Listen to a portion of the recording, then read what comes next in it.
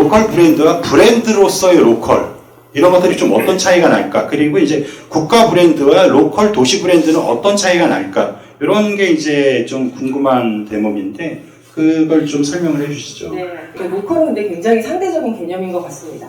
제가 여기에서 뭐 로컬 하면 지역일 수도 있지만요, 세계 속에서는 대한민국도 로컬입니다. 그래서 굉장히 상대적인 개념으로 조금 보이지만 지금 저희가 통상적으로 하는 것은 지역이라는 거를 이제 로컬이라고 이제 부르고 있습니다. 그래서 로컬 브랜드다 그럼 지역에서 만들어지는 브랜드인데 그럼 그걸 어떻게 정의해야 될까요? 근데 로컬 브랜드를 하시는 분들도 아직도 정의를 못 내렸어요. 네. 그래서 어떤 분들은 몇십 년 동안 그 땅에 켜켜이 쌓여 있는 인적, 물적 자원들을 활용해서 브랜드를 만들고 몇 년 이상 유지된 거를 로컬 브랜드로 하자 이런 분들도 있고요.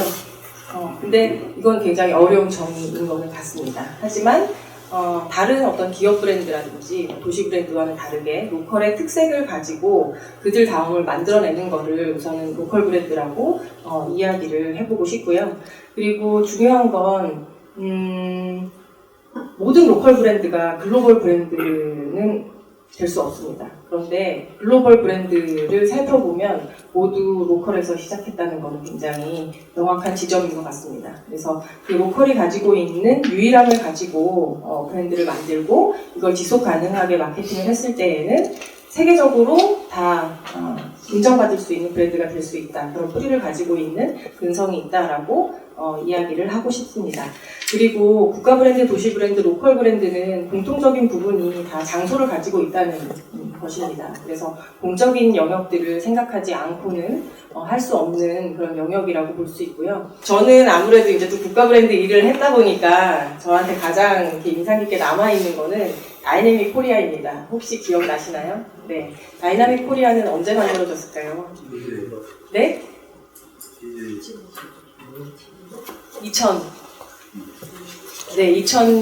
2001년인가? 2000년도가 그럴 거예요. 네. 그 월드컵을 대비해서 만들어졌습니다. 네. 어떻게 보면 참 김대중 정부 때 굉장히 많은 것들이 이루어졌던 것 같아요. 그래서 세계적인 월드컵이 대한민국에서 열리기 때문에 이때 계기로 대한민국의 저력을 보여주자, 대한민국의 이미지를 끌어올리자라고 해서 만들어졌던 것이 다이내믹 코리아입니다. 그리고 그 이후에 박근혜 정부에서도 한번 시도는 했습니다. 크리에이티브 코리아가 나왔다가 바로 사라지기도 하기도 했습니다. 여러 나라에서 고맘때쯤에 2000년도 그맘때쯤에 국가 브랜드를 굉장히 많이 했어요. 독일에서도 했었고, 영국에서도 했었고.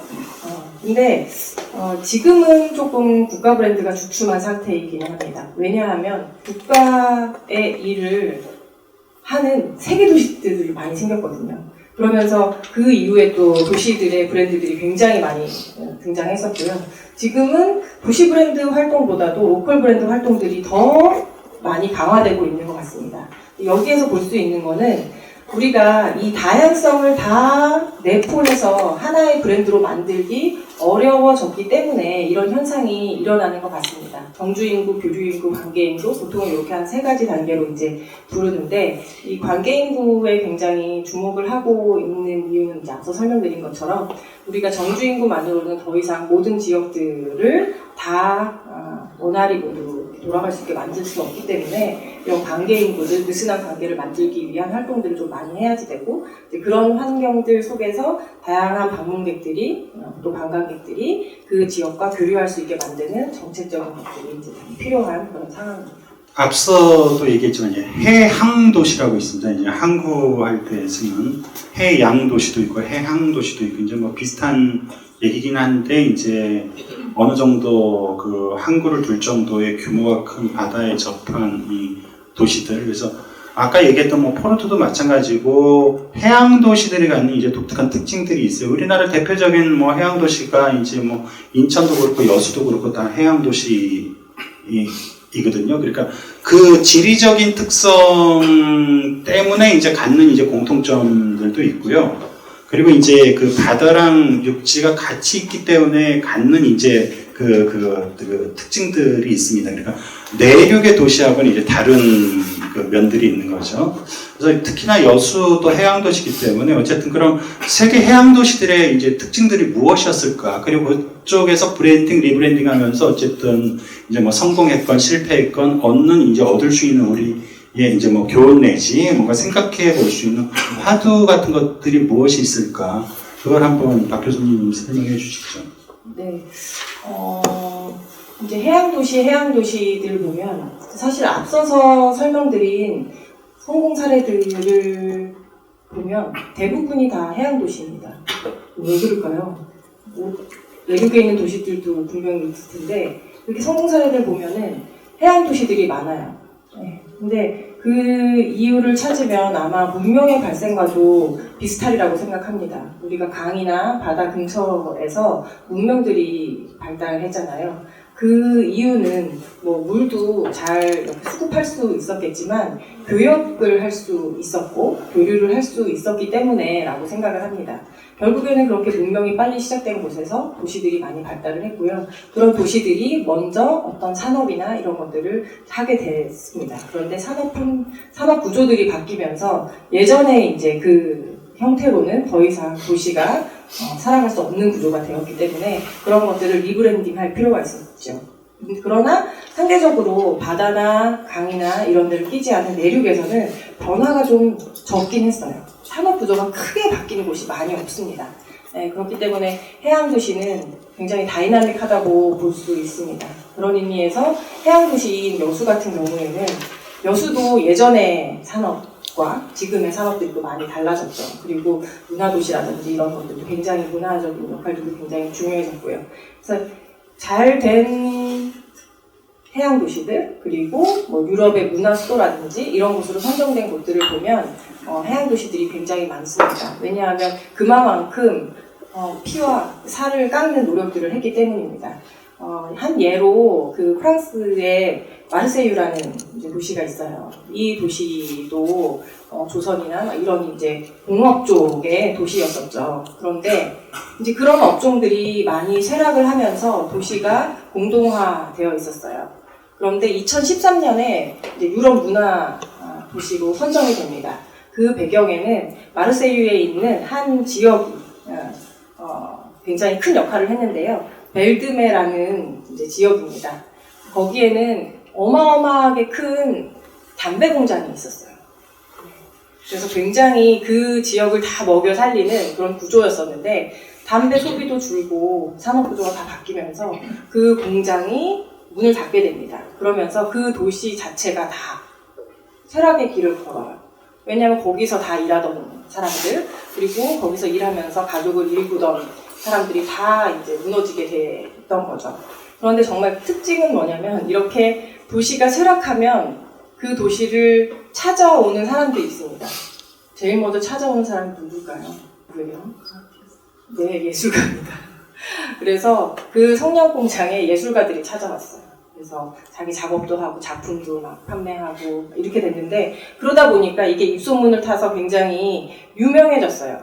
그러면 어떻게 돼요? 젠트리피케이션 우리 또 고민해야 되잖아요. 그래서 이제 예술가들이 쫓겨나게 생겼는데 이곳은 지자체하고 협의를 합니다. 예술가들이 살게 해준 거예요. 지자체에서 매입을 해요.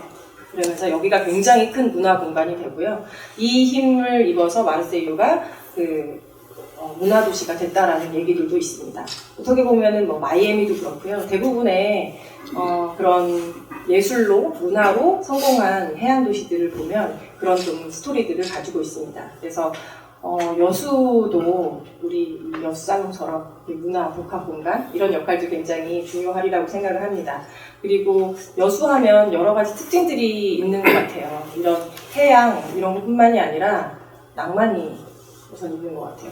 어느 해양 도시 얘기하면서 낭만 같이 얘기하는 데가 그렇게 많지 않은 것 같아요. 근데 우선 여수는 굉장히 특별한 키워드를 먼저 선점해서 가지고 있는 것 같습니다. 그리고 공업이라는 굉장히 하드웨어적으로 단단한 자산을 가지고 있고 우리가 이제 자원이라는 것들이 있는데 자원이 자산이 되는 지점까지 이제 여수는 오는 거죠. 그래서 뭔가 보면 하드웨어적인 부분도 가지고 있지만 소프트웨어적으로도 같이 성장할 수 있는 굉장히 큰 자산을 가진 도시가 아닌가 이렇게 생각이 듭니다. 제가 약간 부연을 하자면 해양 도시의 대체적인 특징들이 뭐냐면 국제적인 교류가 활발해요. 특히 어느 정도 사이즈가 되는 해양 도시들은. 왜냐하면 국가, 바다를 낀 국가 같은 경우는 들어올 수 있는 관문들이 바다 쪽 도시들이잖아요. 그러니까 그쪽에 큰 해양 도시의 규모가 큰 데는 먼저 교류됐던 것들이 무지 많은 거고, 그리고 이제 그 국내 사람들뿐만이 아니라 외국인도 머물고 교류하고 이러기 때문에 문화적인 개방성이 상당히 뛰어납니다. 그런 특징들이 있어서 일본에서도 대표적으로 뭐 최초의 신문, 최초 다 해양 도시들이에요. 우리나라 뭐 조금 이따 약간 설명을 드리겠지만 인천 같은 경우도 이민사에 있어서 인천을 빼놓을 수 없는 게 하와이 이민한 첫 배가 떠난 게 인천이에요. 그러니까 역사적으로 뭔가 운명적인 해양 도시가 갖는 운명들이 있습니다. 그러니까 여수만의 또 해양 도시의 장단이 있을 수 있듯이 이제 인천이나 부산과는 달리 매력 요소들이 있는 것 같고요. 그리고 아까 도시가 가난해지면 예술가들이 먼저 찾는다고 했는데 그 예술가들이 찾는 반전도 있어요. 이건 뭐 책에 거론된 건 아니지만 제가 캐나다에 잠깐 한 1년여 머물 때가 있었는데 캐나다 밴쿠버 시 옆에 밴쿠버 섬이라고 큰 섬이 있어요. 그 사이즈가 남한의 3분의 2 정도 되는 섬인데요. 슈마이너스라는 이제 작은 도시가 있어요. 그 벌목해서 그 생계를 유지했고 벌목이 잘 될 때는 수입이 됐는데 더 이상 벌목하고 이래서 팔 수 있는 그 산업이 막 무너진 거예요. 그래서 완전 폐해 도시가 됐는데 주민자치위원회에서 몇 년 동안 회의를 통해서 한 게 뭐냐면 우린 작은 도시니까 일단 밴쿠버 아일랜드에 있는 예술가들 그 예술가들이 그 풀이 적으면 캐나다에 정주하고 있는 예술가들을 불러다가 벽화를 그리자. 그래서 벽화를 하나둘씩 그리기 시작했어요. 그러다 보니까 그거 자체가 관광이 되어버렸어요. 빅토리아는 이제 부차드 가든이라고 큰 그 정원, 세계적인 정원이 있기 때문에 거기 왔던 사람이 2시간 올라가서 슈마이너스 들리고 오는 거예요.